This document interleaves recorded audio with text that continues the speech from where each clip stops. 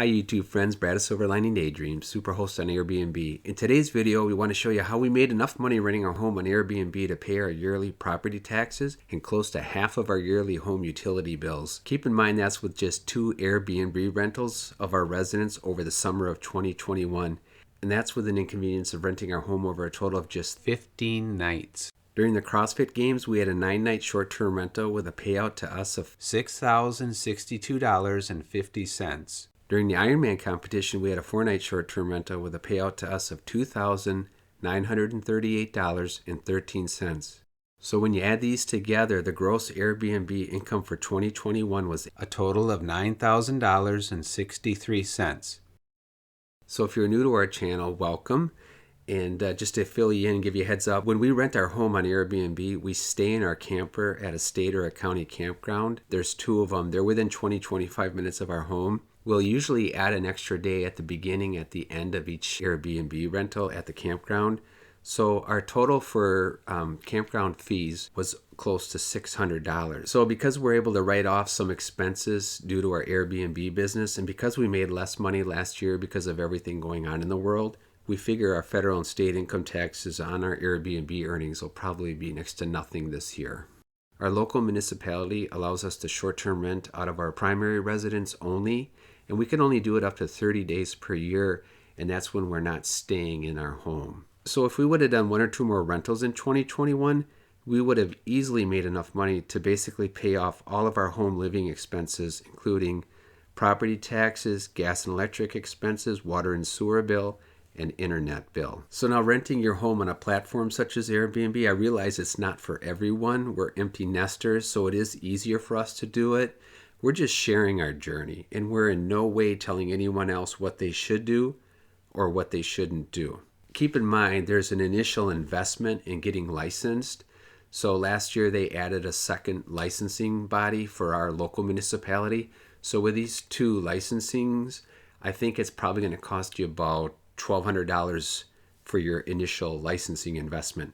Then once you're licensed, just to maintain that, I want to say it's going to be just over $400 a year.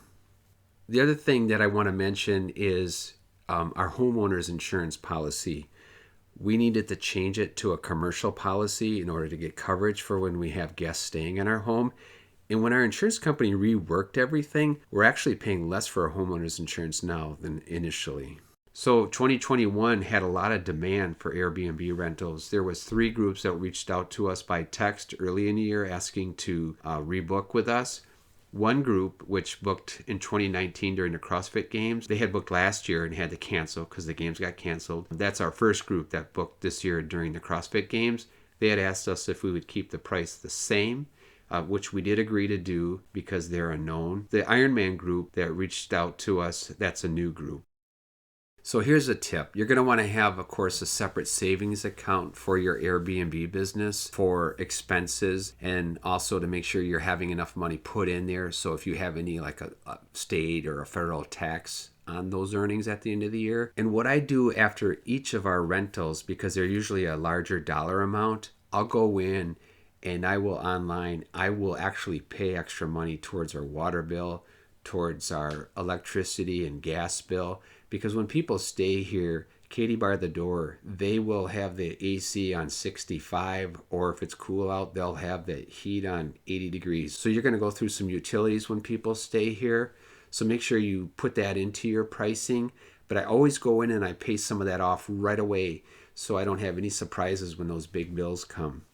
All right, the other thing I want to talk about is our RV. So as you know, we're remodeling our RV, and it's taking a long time for the remodel. It's almost done now. It's in storage, like we had mentioned on our last video. But because we're in a city, we don't have a spot to put our camper. So whenever we bring it to our home, we have to park it in the city street. And they only allow us to park it there for up to 48 hours at a time during a 7-day period. So it just makes it harder to do the remodel. But our camper looks so nice on the inside.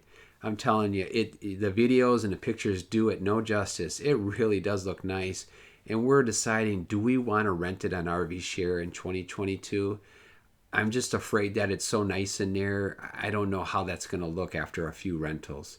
So we're still determining that. If we don't rent the camper, I do want to buy a small camper, fix it up, and put that on RV Share. I still want to continue to rent, but I just wanted to give you a heads up of what's going on there. If you haven't subscribed to our channel yet, please subscribe. Give us a like and share a video because it does help us to be found. And we're going to have lots of more videos coming. And as always, thanks for watching.